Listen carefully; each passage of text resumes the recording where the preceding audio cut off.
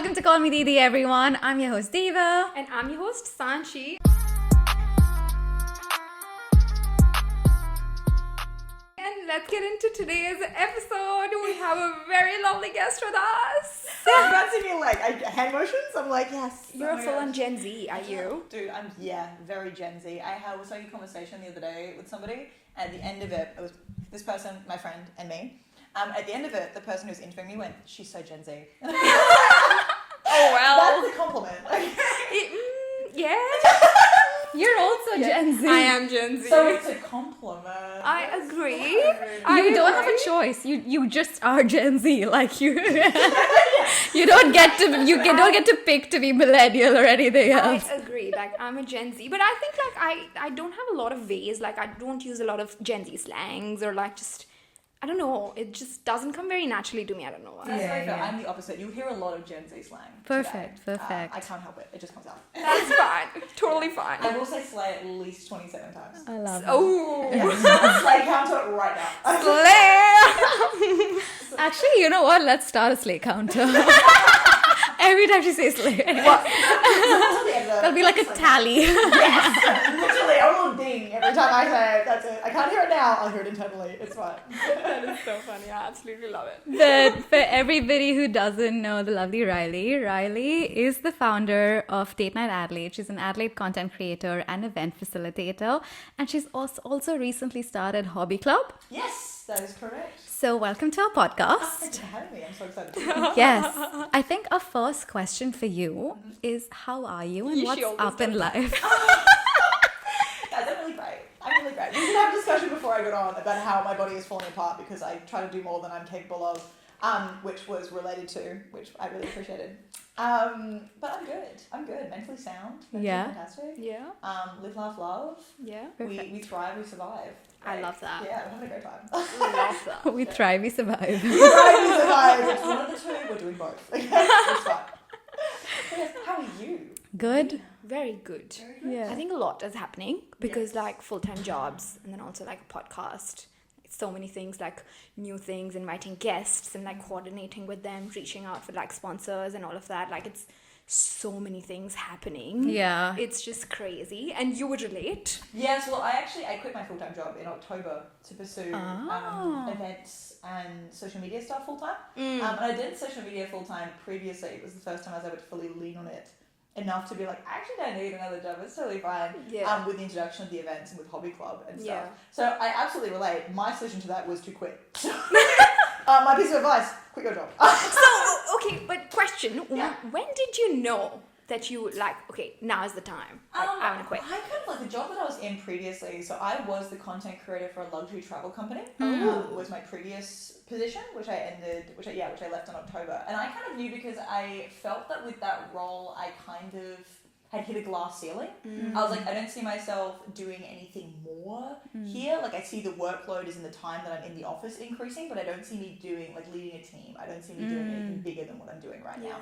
And it was a fantastic business. They're so lovely. The people there are great. The business is great. Due to an NDA, I can't actually name the business, but That's okay. fantastic. And it's kind of like when I realized that, I thought, oh, maybe I should get another job, but maybe I can do that next year. Like I don't have the capacity in my brain to like think about getting another job right now.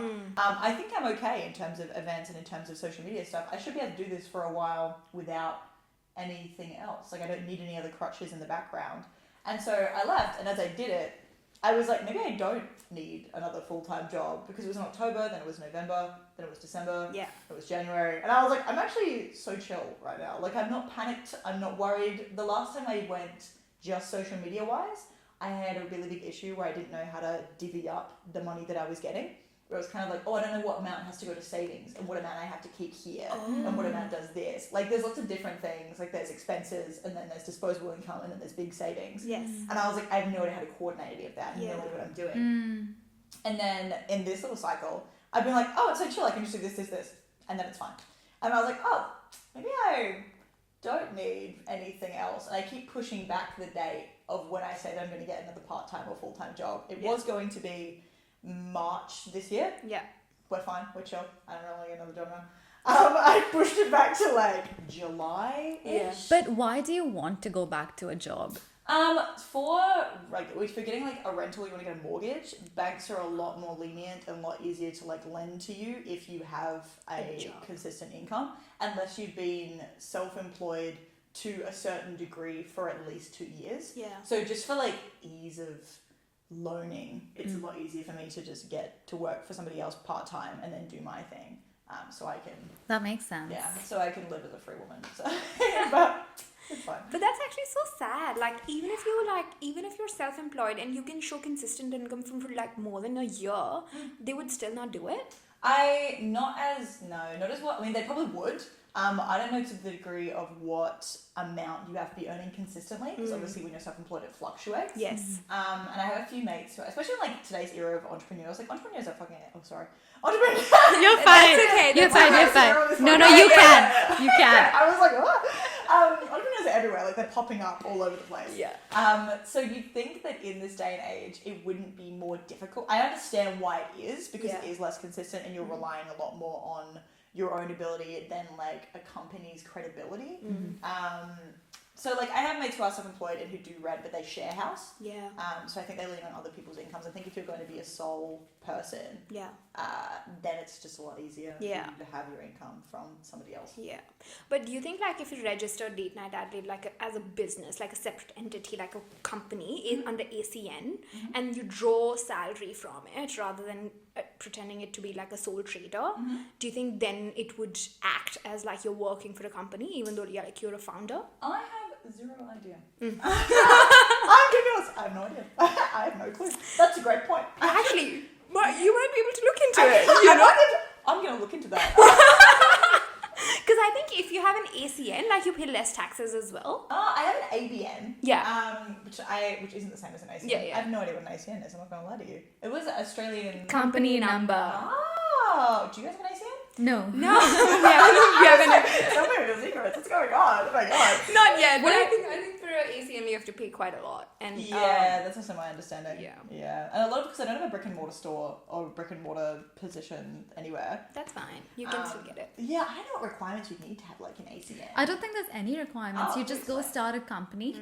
I think you pay like $600 or something to register yourself as a company. Yeah. And then you basically are employed by the company. So you draw out a salary from the company, and then the profits are the company's, but technically still yours.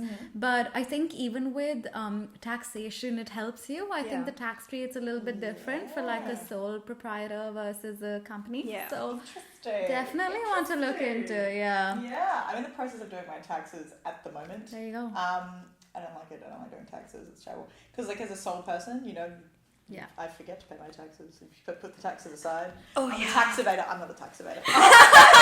It's fine. Because the company, when you work for somebody else, they pay your tax in advance. I don't do that as a sole trader. I just forget, and then comes tax time, and they're like, "Cool, you owe us $6,000." I'm like, Yeah. Do I? That's crazy. I don't want to do that. yeah, that happens. Like with ACN, I think because you charge GST separate, because you put like your ABN ACN number, and then you charge 10% GST separate. So you straight up have that GST separate in your account. That's a slay. That you can pay. Yeah. Wait, you can still charge GST on an ABN, I think. Like, just a thing. Okay. Your rates without GST, and then you add GST on top of that. Okay, noted. Thank you so much. Thank you so much. One more thing I think there is that you need to have your super account when you're self-employed. This is so interesting. I have a super account. You do? Yeah, and then you pay yourself super?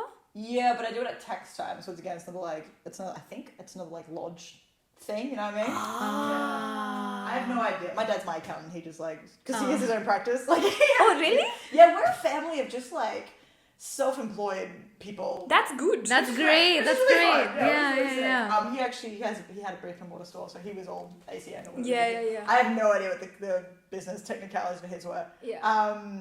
But he does all my taxes for me. Which he's the one who tells me, hey, you should give me more deductions. And I'm like, you're right. Actually, there's all these deductions I forgot to tell you. Yeah. He's like, oh, no, you don't owe $6,000. I'm like, thank you so much. What do I owe now?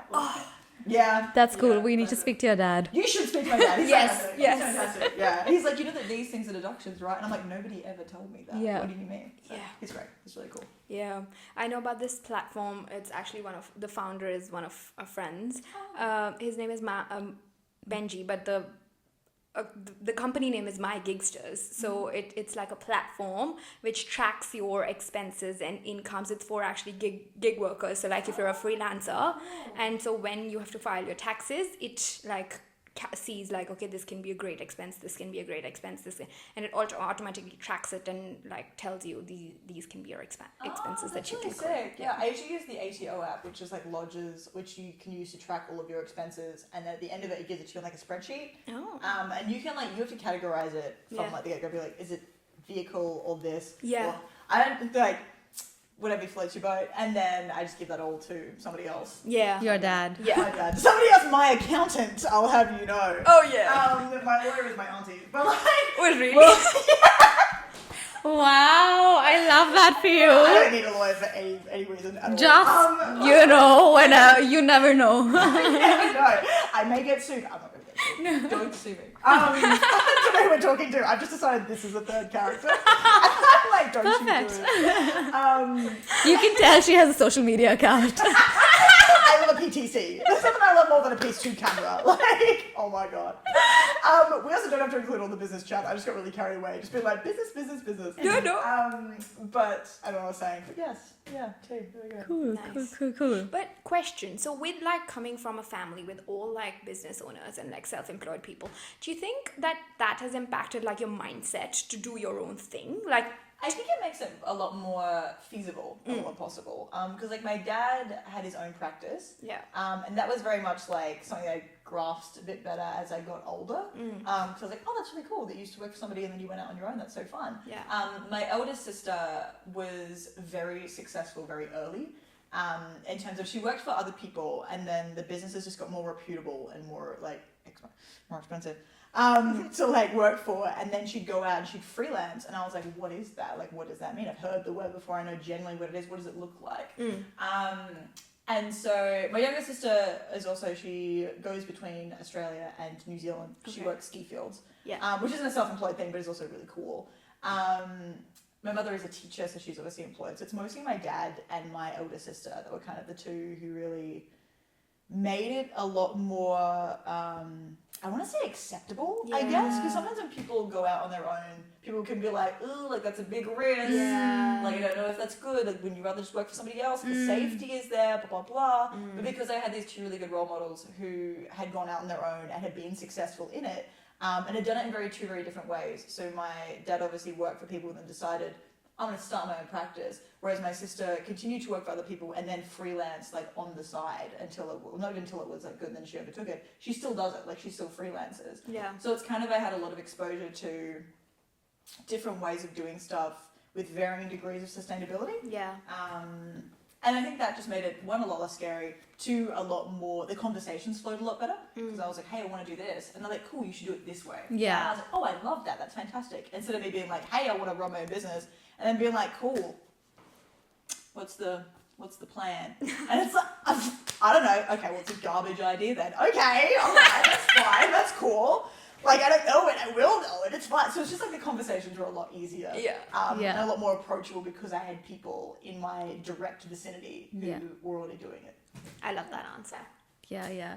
I do see that people come from families where you have businesses with like run by parents. Like they do tend to often pursue the entrepreneurial path a little bit more confidently. Like they know that it's a risk, but let's just take it and see what happens. Whereas people who don't come from that background, they're more afraid to even take that first risk because they have never seen anything like that. Like to them, it's like, if this doesn't work, that's the end of the world. Yeah.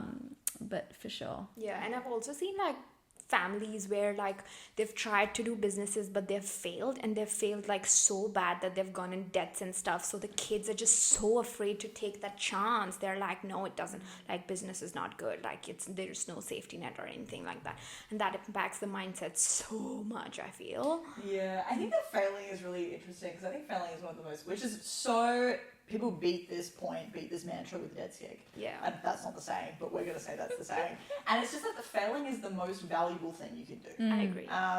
Like, is it scary? Maybe.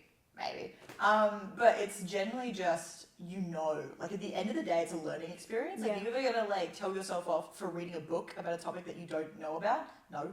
That's all that failing is. It's actually just learning how to do something in a different way. And hey, it didn't work. So you have the choice to go back and do it again, do it differently. Yeah. Or you can just be like, I actually didn't like that at all. I'm gonna leave. Yeah. Like, and that's so fun. Yeah. I've never had anything against people who like start uni degrees and drop out, or like start a degree and switch to another degree, or pursue some really arbitrary, weird, niche little hobby, and they're like, that actually sucked. I'm gonna go back to this really pop culture-y, really relevant one that everyone's doing, but they're doing it because it's good. Like, dude, so chill, so fun. I think failing's really fun, not at the time, but in retrospect, it's really fun. Yeah. How many times do you think you'll be okay to fail until you give up? Like, you're having fun, right? You're trying it. But how many times you feel like, okay, like, I think that's the end of it. Like, but when we decided to start this podcast a year ago, right? We were talking about it. I still remember this conversation we had that, okay, let's try it for like 1 year. And if still we feel like nobody is listening to our podcast and it's not working, and we'll try a different way, but we'll give it another 6 months. And if it still doesn't work, we'll think about it if we want to continue or not. So like, did you, when we were starting out, like your own Instagram account, or like starting out, like venturing out into different, like earning money through social media or events, like did you ever think like, I'm going to give it these many months or like years or whatever? I think it's really, there's two really important factors when considering what your capacity for failure is. One is what does failure look like? And I had a point with the second one, I've forgotten what it is. I'll come back to it. But for like this one, you have to decide what the failure looks like for you. So for you, if you wanted to do this podcast and you're like, well, if we still feel like nobody's listening, then like we'll give it up. But like, is 10 people nobody's listening? Is 100 people nobody's listening? Is 500 people no one's listening? Like, what degree, what number do you want to put on the amount of people who are listening to you before you're like, that's not good enough? If you said you wanted 500 people listening and 490 people listened, is that still enough? When I started the Instagram stuff, social media is really fun in the fact that if you fail, you're failing because nobody is witnessing you fail. Whereas if you were succeeding, it's because people are witnessing you do the thing. So people are like, oh, that was so cringe, that video that you did. It's like, oh, but you saw it. So at the end of the day, did I not do a good job because it landed on your For You page or it landed on your Explore page or whatever have you? So do you not think that that's me succeeding? Yeah. I was really afraid of failing in terms of social media stuff. One, because I have way too much confidence on a day-to-day. Love that. Kudos. Yeah. Slay. Oh, dude. Dap me up real quick. Yes. It's coming, we're doing it. Yeah, just like on a day-to-day, I was a theatre kid, so like things that are scary to other people aren't super scary to me. Yeah. But I was writing like a food blog. Like, what are people gonna say? Like, you didn't have my name in it, didn't have my face in it, didn't have anything to do with me in it except the fact that I went to this place, took this photo. Nobody sees that. Was that, sorry to cut you there, was that Date Night Adelaide initially? Like that's how it started? Yes. And then you slowly transitioned it into what it is now? Yes, correct. Yeah, so it started as, so there were no reels available on the platform, so it was photos only. So I just did multiple photo posts. My first ever post, I think, was to Down the Rabbit Hole. I took a picture of their potatoes and their wine and something else, I can't remember what it was. When you post it, you write a review. I just wrote like, oh, I've been here today, had this, really good. And was that intentional? Like, did you go to these food places with an intention of starting a food blog to make money off it? Or was it just a passion pursuit at the time? It was very much a curiosity. Like, I think curiosity is such a valuable resource because it just gets you to do stuff that you wouldn't normally do. I was doing a journalism degree, and we had 1 week where we focused on social media and on like influencers in particular. And I was like, I wonder how difficult that is to do. Like, I wonder how difficult it is to start a social media presence to the point where you're getting stuff for free, getting paid for things. I wonder if that can be done in Adelaide, and I wonder how long it takes. And then I just started it. Like, free will exists. The internet is free. Starting an Instagram account is free. Your decision to do it is free. I was going to cafes very often anyway because I had a spending problem. And I was just like... Relate hard. Yeah, dude. Brunch is the biggest contributor. If I ever go bankrupt, it's because of brunch. I'm gonna put brunch directly attached to it, like 100%. I eat out way too much. And so I was going out so often anyway, and I was like, oh, it would take me an extra 2 seconds to take a picture of my food. And at the end of the day, if it fails, like I've increased my creativity points, my creativity HP has increased because I'm practicing photography. My written skill has increased because I'm writing stuff all the time, and I'm doing the things that I was always doing anyway.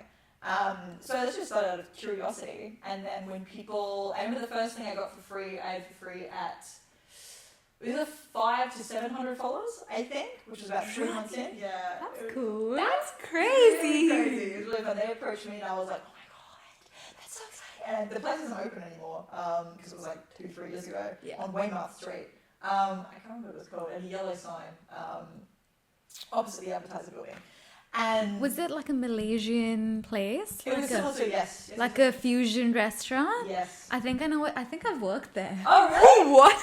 If we're talking about, I don't remember what it's called because it used to be on Weymouth Street and it was like a fusion restaurant. They used to have like Malaysian, Indonesian, Yes. and like the nasi goreng though, like that hits so hard. Yeah, and you walk inside and they had like all the different, it was either signs or flags or something on the Yes, inside. yes, Yeah. yes, yes. Oh We're my talking about the same thing. Oh yeah. I love Adelaide.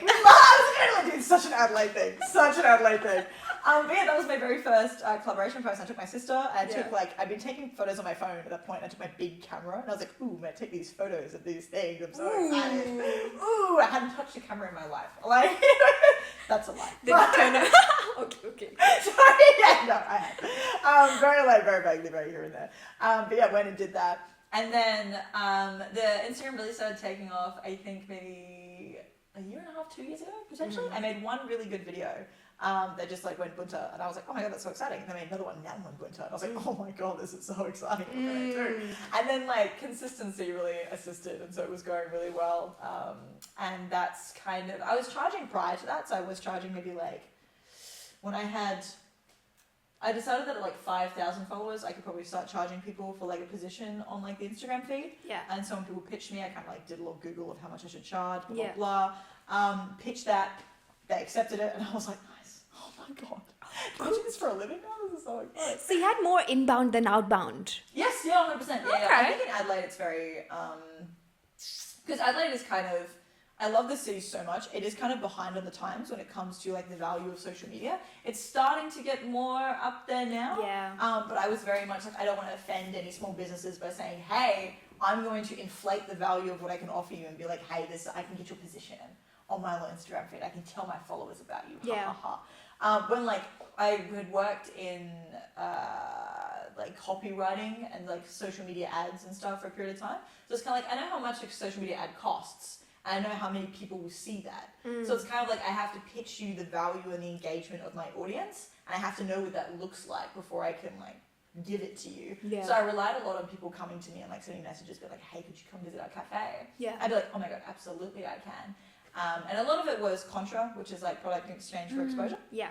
A lot of it is contra. Still, not a huge portion of what I do now is contra, but I still do some contra now, depending on the product that's offered.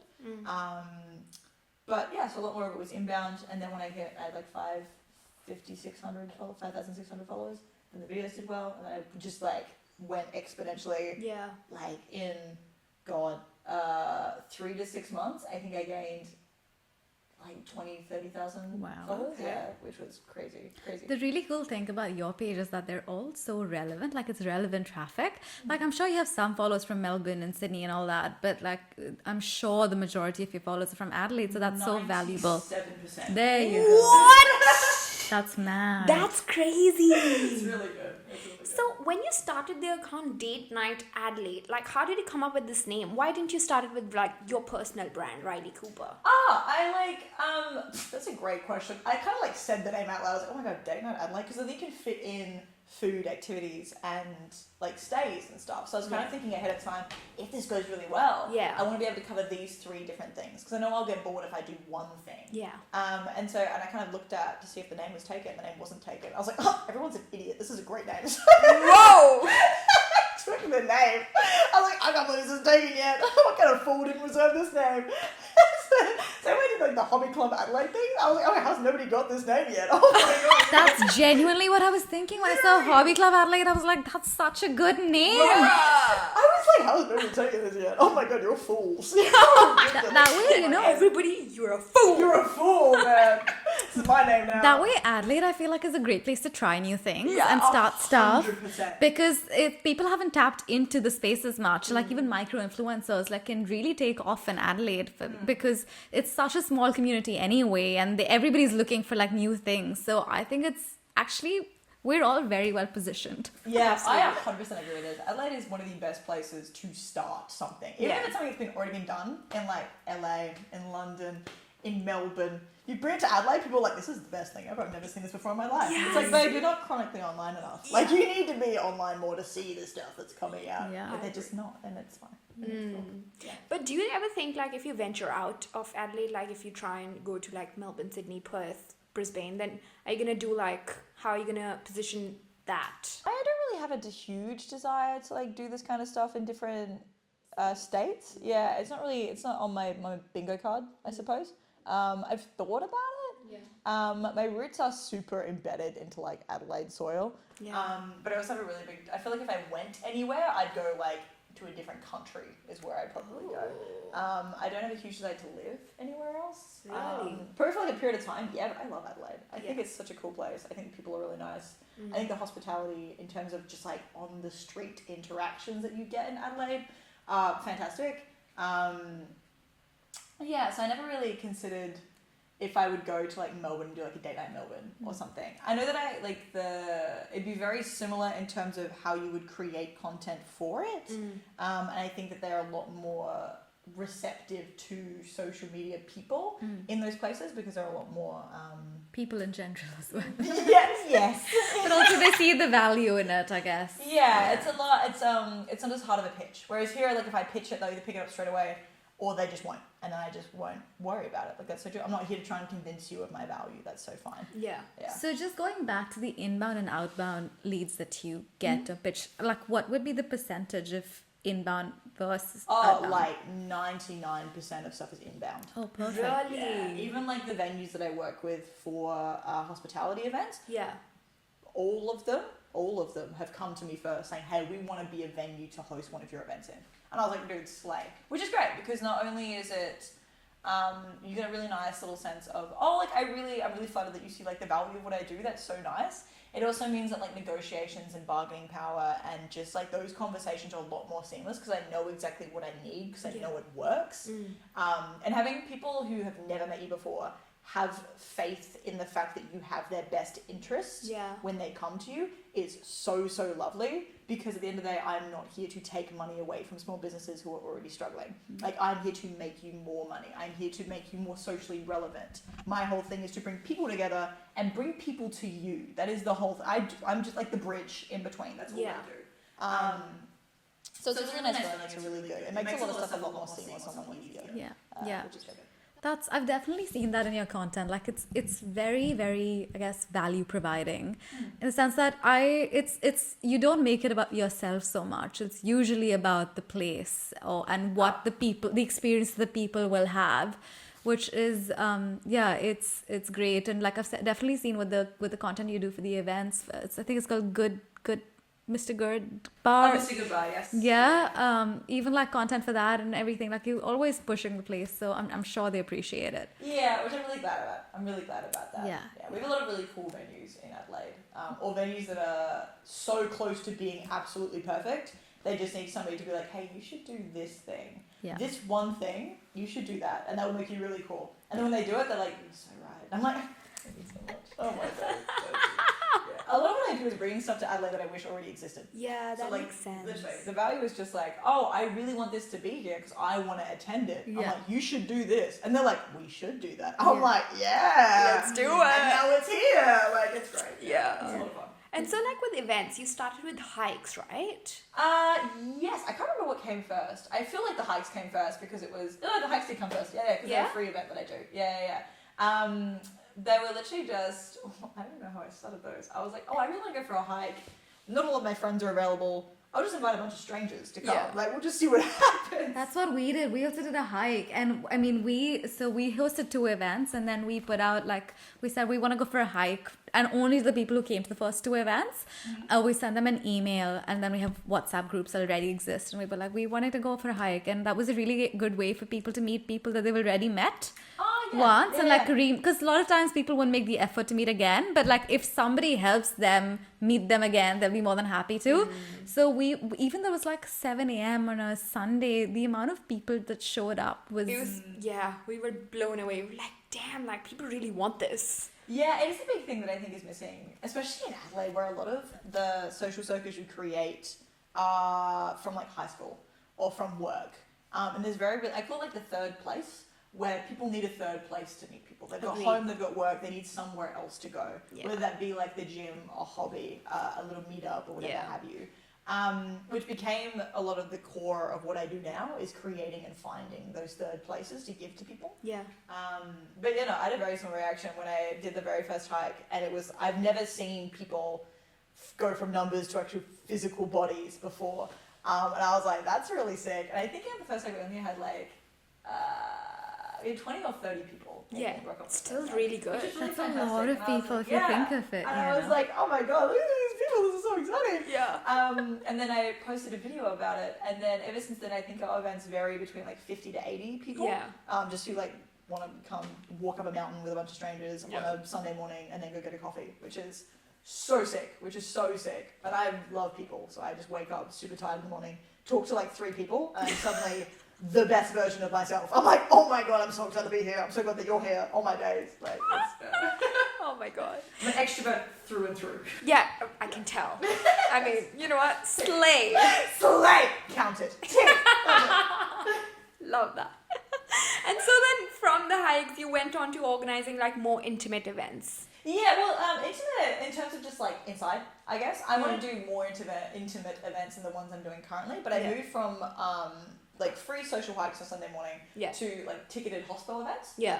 The very first one was at Yellow Matter, which we were after I'm looking at you, which we were discussing before the podcast started. The very first one was at Yellow Matter in collaboration with the Weekly 50. Okay. We don't.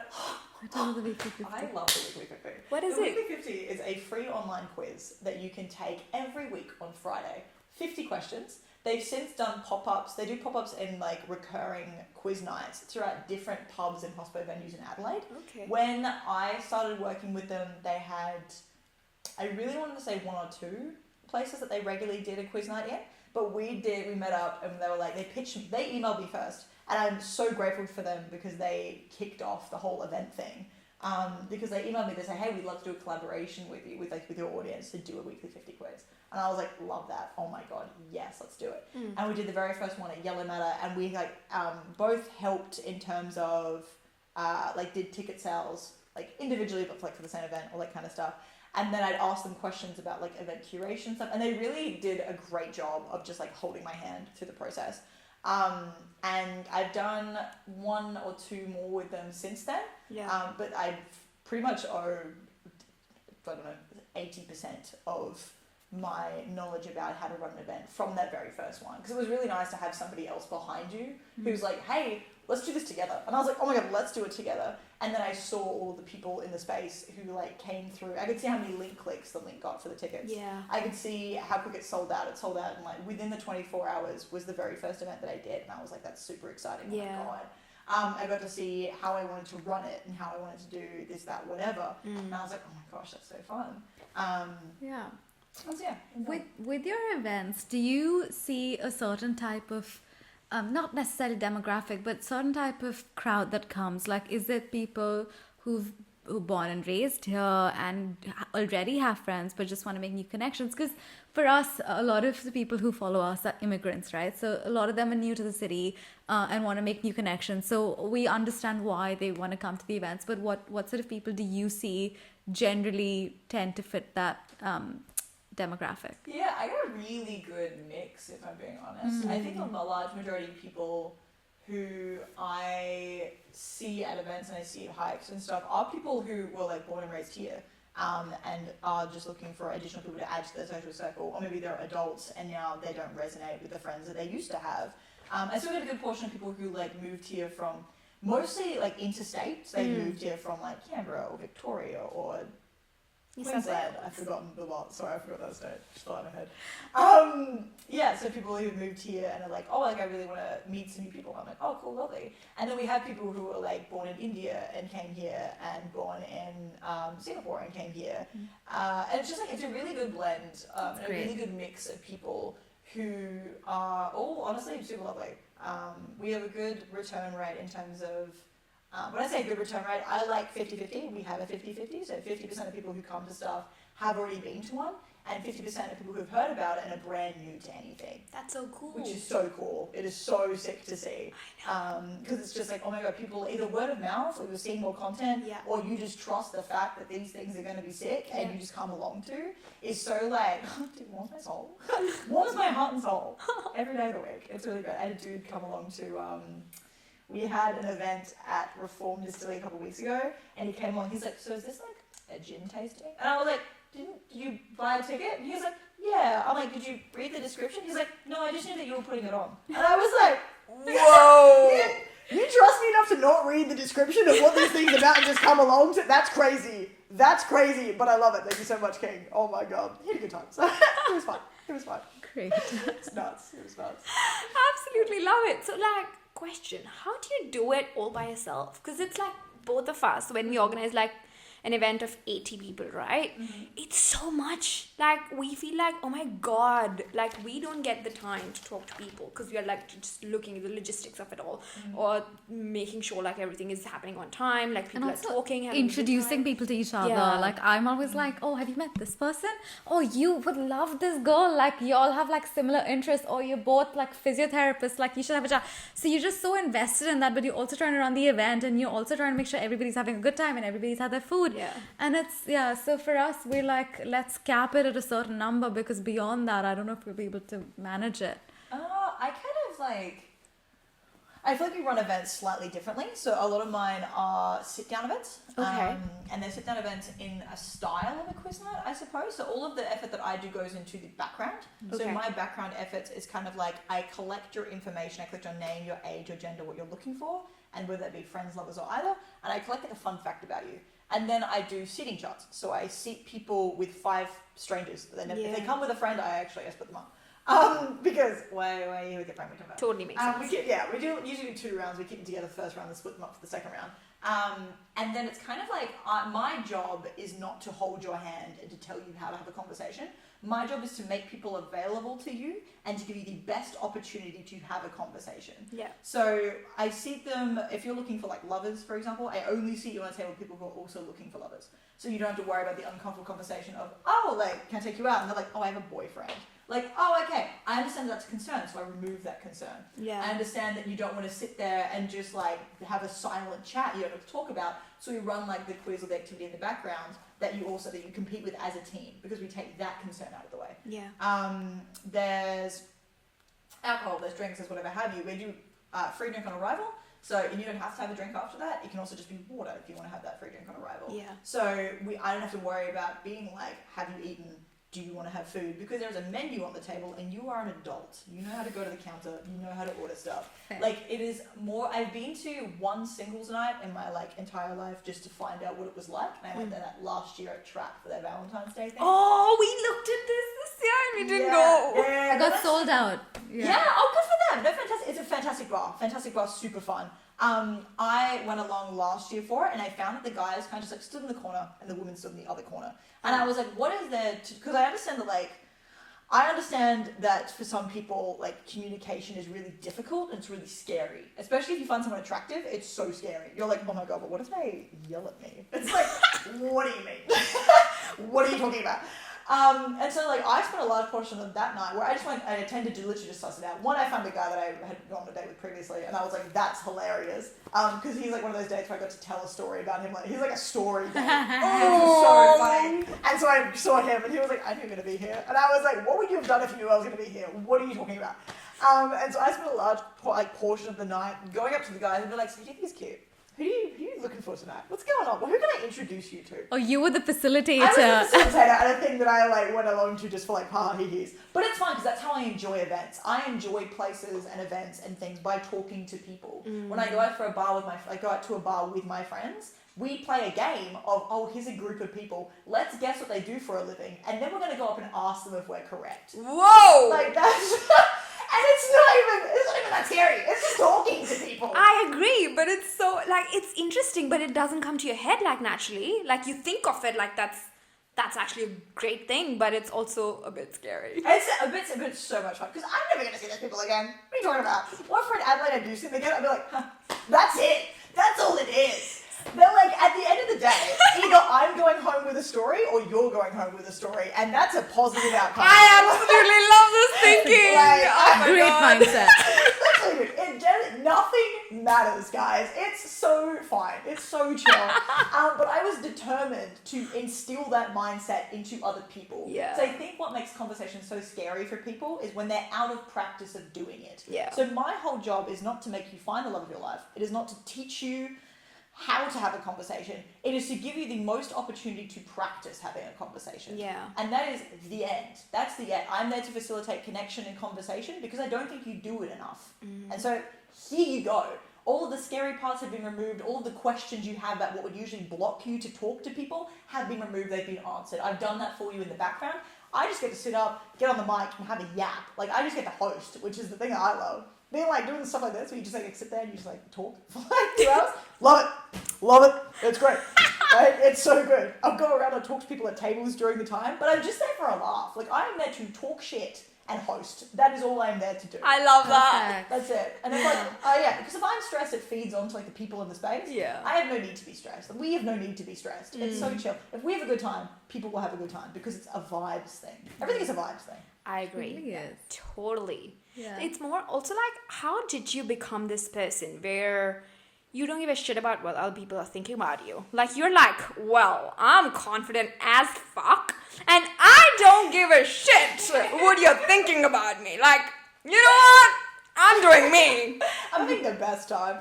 I feel like I've very much always been this person. I've been very fortunate in the fact that throughout like primary school and high school, I haven't really struggled with like friendships, which I know is a very, I'm not going to say a rare thing, but I know a lot more people who've struggled with friendships than people who haven't. And I've been very fortunate that I haven't. I think it's very much I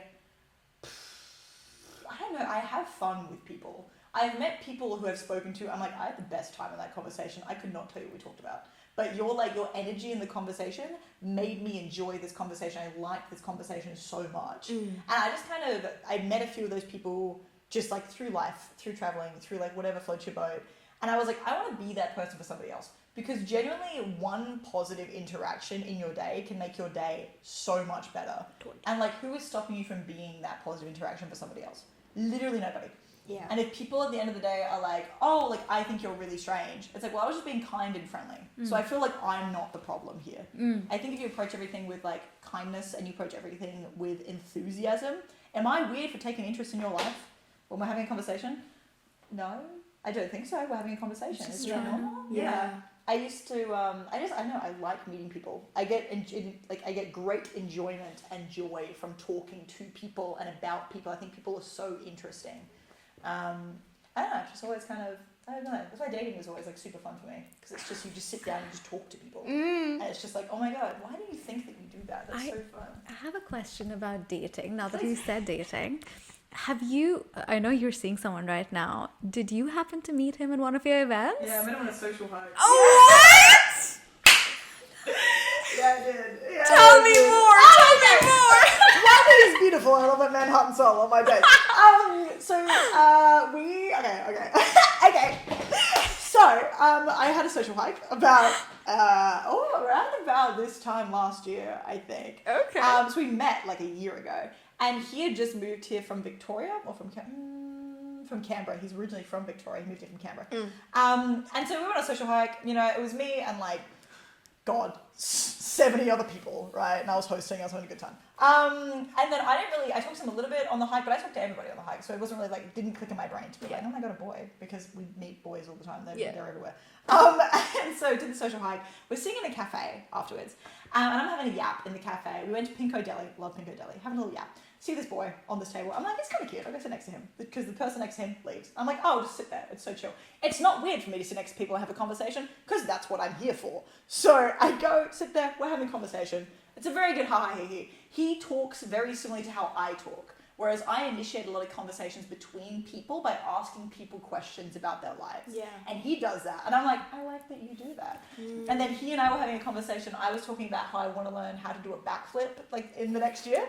And he was like, they're not that hard. And I was like, really? Do one right now. Do it immediately. Did he? Yes. Oh my god, in the cafe? Inside the cafe, he gets out of his chair and he just does a backflip. And I'm there like, no exaggeration, jaw on the floor. I look at the other people at the table, I'm like, what? I was like, that was the most unexpected thing I ever expected. That's insane.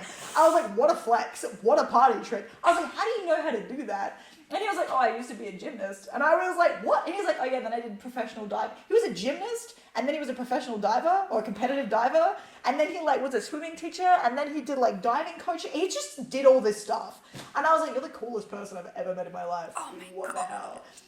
And then later he asked me out, and I was like, Did he? I was like, okay. Same day? I don't know if it was the same day, but maybe the next day he texted me. He was like, do you want to go out for like dinner or whatever? Oh no, he said, do you want to go play pool? And I was like, yes, I love pool. I love pool. I'm a very big fan of like an activity on a date. Yes. We went out and played pool. I beat him 5-0 because I'm the best. Okay? I'm the best. And I was like, do you want to bet dinner on pool? And he was like, yeah, okay. And I was like, slay. So I won. You knew exactly what you were doing there. This was my routine, dude. My routine was a man asks me out, I challenge him to pool, he buys me dinner because he loses. Like I love that. We should pull this trick. I gotta find something that I wear. Air hockey, like that's what I wear at. Men cannot have a challenge, okay? I'm going to tell you the science. I'm going to tell you the science. Tell me. Okay, the science is there is a chemical in men's brain called vasopressin. Okay? Vasopressin is the bonding hormone in men. It is activated when they go through adversity or challenge. Okay? You challenge a man to a game, and he genuinely feels challenged. He's going to be like, oh god damn. Like, that's the secret. If he thinks you're attractive and you're challenging him, he's gonna like you. That's the math, okay? That's it. So Did you practice it and then you went to look at the theory, or did you figure out the theory first? I already practiced it and I found out about the theory and I was like, oh, this makes sense. This makes perfect sense. No wonder on my days. But like all of my days were playing pool. Because on a date you should do stuff that you enjoy. And I enjoy playing pool. And I was like, I'm going to sit down and have a dinner with somebody that I don't really know or care about, but I will challenge you in something. And if I like you, we'll go do something afterwards. Yeah. And that was the thing. So yeah, then we went out. And now we're desperately in love. So... Oh my god! I absolutely love that for you. Thank you so much. Oh my great. god. It's wonderful. But yeah, no, it's fun. But yeah, so I met him on a social hike. So I got my own little case study. I absolutely love that. How many people have found dates through your events? Oh, I think from people that I've seen a lot, and then there's a lot more that happen behind the thing. I know a lot of people have found like connections and community, which is fantastic. There's a group chat that has started from people who meet through my events that is now like 250 people big, which is insane. That's insane. Like 250 people met through stuff that I facilitated, and they liked each other enough to make a group chat. Yeah. Because I was like, I'm not going to make you guys a group chat. You're adults. Again, you're adults. I'm not going to do it for you. Being on dates with other people and they come to other events. Yeah. And then they're like, oh, like we went out on a date, and I'm like, oh my god, you went out on a date? That's so fun. Like, so a lot of people are like, they're doing what they're designed to do, which is to get people meeting and talking. I had my very first event, touched my soul, I cried. This woman messaged me and she was like, oh, hey, and she showed me a picture of her with like 5 other people. And I was like, slay. She was like, oh, it's my 30th birthday today and I was going to spend it alone, but I met these girls at your event last night and we went out to dinner today. And I was like, I'm sobbing looking at my phone. I was like, this is the nicest thing I've ever seen in my life. I was like, I have goosebumps, I'm going to cry. I literally text her in all caps, like sobbing. Like, that's so nice. Thank you so much. Oh my god. It was lovely. lovely. It was lovely. I had people who I've met through like events who are now like good friends of mine, and they come to like house parties and stuff that I throw because it's like, oh, we're mates. Like, Same. yeah, it's just, dude, people are lovely. People are so sick. Like, it's, oh my god, it's so chill. So, a good amount, I like to think. Most people get along. When people have the opportunity to talk to each other, I mean, you know this, when people have the opportunity to talk to each other, most of the time they get along, and it's fine.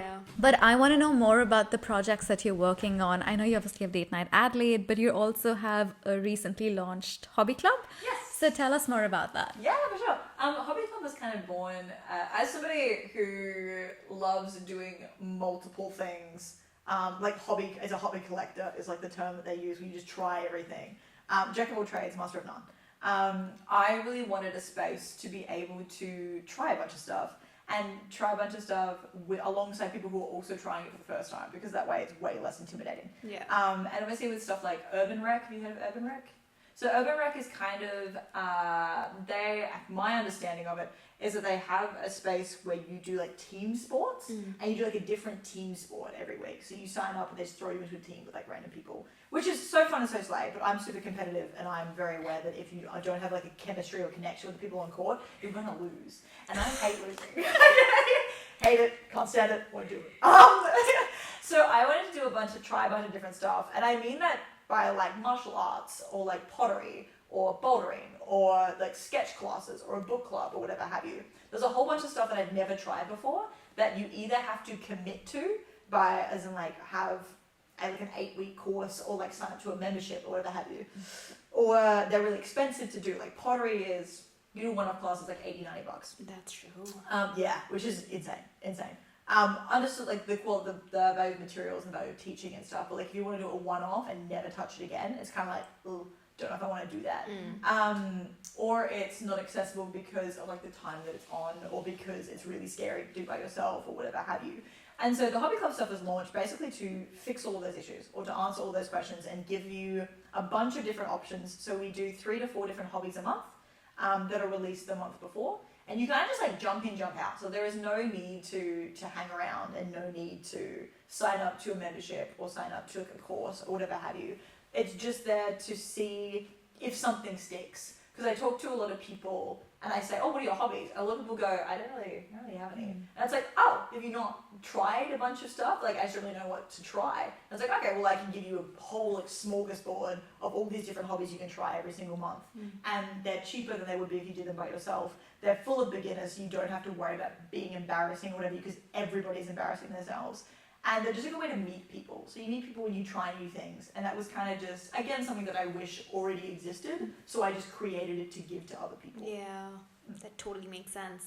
What are some of the hobbies that you usually host?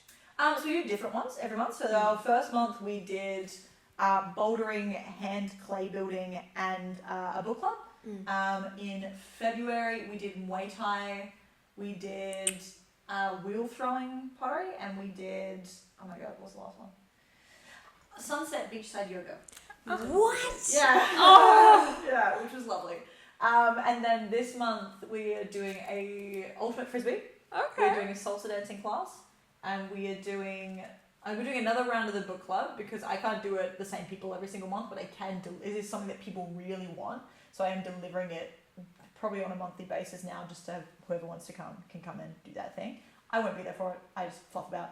Really? Yeah, hobby club is something that I don't have to host. It is not my job to host people. It is my job to connect you with businesses and people who are interested in the same stuff you're interested in. Yeah. So I might go on and like take photos and stuff, but I don't stand up and say, hey, how you going? Oh my god, how fun, blah, blah, blah. Like half the time I don't attend at all, because I've already got the footage of it, I've already been to the place. I trust that the person running it is going to do a good job. Wow. And that's all that is. I love that. Yeah, it's just super fun. Like, how did you just come up with this idea? My brain is a very busy place to be. It's a very busy place to be, basically. Yeah. I don't know, it was just something that I was like, man, I wish this existed, and then started thinking about how I could make it exist. Yeah. I guess, which Yeah. is just a lot of what businesses are. It's just, Yeah. I really wish that there was a cafe, there was a bookstore, there was a flower shop, and then you just create a cafe that's a bookstore, that's a flower shop. Absolutely love that you're such a go-getter. Oh, thanks. Like, it's so cool to It's see. very refreshing, honestly. Like, I think we also bounce off each other's energy, but I was just thinking that you do it alone. Like, if you do it with somebody, like, it's like, okay, let's do it. You know, you've got somebody to be accountable to, but the fact that you're like, I'm going to do this, and then you do it is actually very inspiring. So, like, good on you. Thank Yeah, you. I'm yeah. really fortunate that I have created a lot of networks with businesses within Adelaide. Yeah. And because of the way that I talk and interact with people, they're very friendly connections. It's very much like I'll just send a message and be like, I have an idea. And they're like, what's your idea? And that's just like how we talk to pitch it to them. I'll be like, oh, I want to do this. And then they'll say, oh, I like that. Or like, oh, I don't know how that'll work. I'm like, cool, talk me through why you don't think that would work. Yeah. And we just have very like, I don't know, I feel like if you're a yapper, you can yap to anybody, and that's just kind of, dude, the world is open through yapping. Like 100%. Yeah. 100%. Especially Adelaide is open so easily through yapping. Yeah. I had a meeting where this business called me and they're like, oh, we want to do an activation event, we don't know what to do. And I was like, cool, let's talk about it. I was like, dude, I'd love to do, I like the space here, I think this space will work really well for this, do you want to do this? Yeah. And what we just started doing, so I pitched to them, I was like, I've seen this idea on social media that I really want to do. Yeah. And have you seen those videos? It's like pasta or pizza making classes in Italy where they just get like, there's so much wine and drinking happening, and there's like a disco ball and they're dancing. It's like chaos, but it looks like so much fun. Yeah. And something that I really want to do. And I was telling her about it. I was like, I want to do this pizza making class that is just like chaos. I was like, can you give me a quote for like bottomless drinks and for a drink on arrival? She's like, yes, I can. She's like, one problem. Our chefs are very Italian. And I was like, dude, slay. And she's like, no. They're so Italian that their English isn't great. And I was like, you know what? I love that more. I love the idea of people coming in, having like their little limoncello spritz, and this big Italian dude at the front being like, no, and like not being able to like tell you why it's wrong, and he's just yelling at you in Italian, and you're just like laughing, and there's like somebody in the corner like playing the violin. I have no idea. Like the idea of it sounds like so much fun to me. I was like, chaotic? Yes. Memorable? 100%. Oh my Fun? 1,000,000%. I only care if people have fun. Like the only thing I care about is you come, you have a good time. I want you to leave feeling like lifted, feeling exuberated, feeling joyous because of this thing that you went to. I don't care if you actually know how to make pizza. YouTube it. YouTube how to make pizza dough. No, like you can do anything. It's about having a good time while you do it. Yeah. That's all I want to do. Yeah. But yes, it's just like you just have conversations. So like I'm doing it alone, yes, but I have a lot of people to bounce ideas off of. And a lot of people that I can reach out to say, hey, I have this plan. Can you help me make it a reality? Because in the day, if I reach out to a business and say, hey, I want to do this, at the end of the day, it's going to make them money and me money and the community something they can come to. So everybody benefits from that conversation. So there is no reason for us to not have that conversation. Yeah. That's good. Absolutely love how when you're building something, you bring everyone along. Yeah. Like business, Grow together. community, myself, like everybody come together, we'll all benefit from it and like create something beautiful. Absolutely love that. Yeah, it's almost like when I'm thinking of doing something, I'll put it on my story and ask like the community and my followers for direct feedback. Yeah. I'm like, I have this idea. Tell me your thoughts. And I'll like pitch the idea and people will message me like, what if you did it this way? What if you did it that way? Blah, blah, blah. Because at the end of the day, I want to make their experience, the best it can be. And I am only one person. So I only have the way that I think of stuff as a reference for it. So, like, if you have a better way of doing it, tell me. Like, dude, I'm so open to hearing what your idea is. 100%. I'll tell you why it might not work. You'll take it on if it does. And I'll be like, dude, big slate, love that. Thank you so much. Like, it's very, It's so, if everyone benefits, why not talk to everybody about it? Yeah. Totally. Absolutely love it. Love it. I think this episode has been a big slay. Such a big slate! First time, Diva! Yes! I love it. That was beautiful. That was beautiful. Thank you so much. You've slayed and we've loved having you. So thank you so much for coming on as well. Yeah, Thank you so for having much. me. It's been great. Oh, it was so good. Adelaide is a beautiful place because of people like you and You're right. us doing these things and making it a more fun place to be in. We love community. We love community. Yes. And for everybody who's listening in or watching in, please like, share, subscribe, and do follow Date Night Adelaide as well because she is doing some really cool things in Adelaide. Yeah. So, yeah. Thank you. Thanks. Thanks. Pleasure.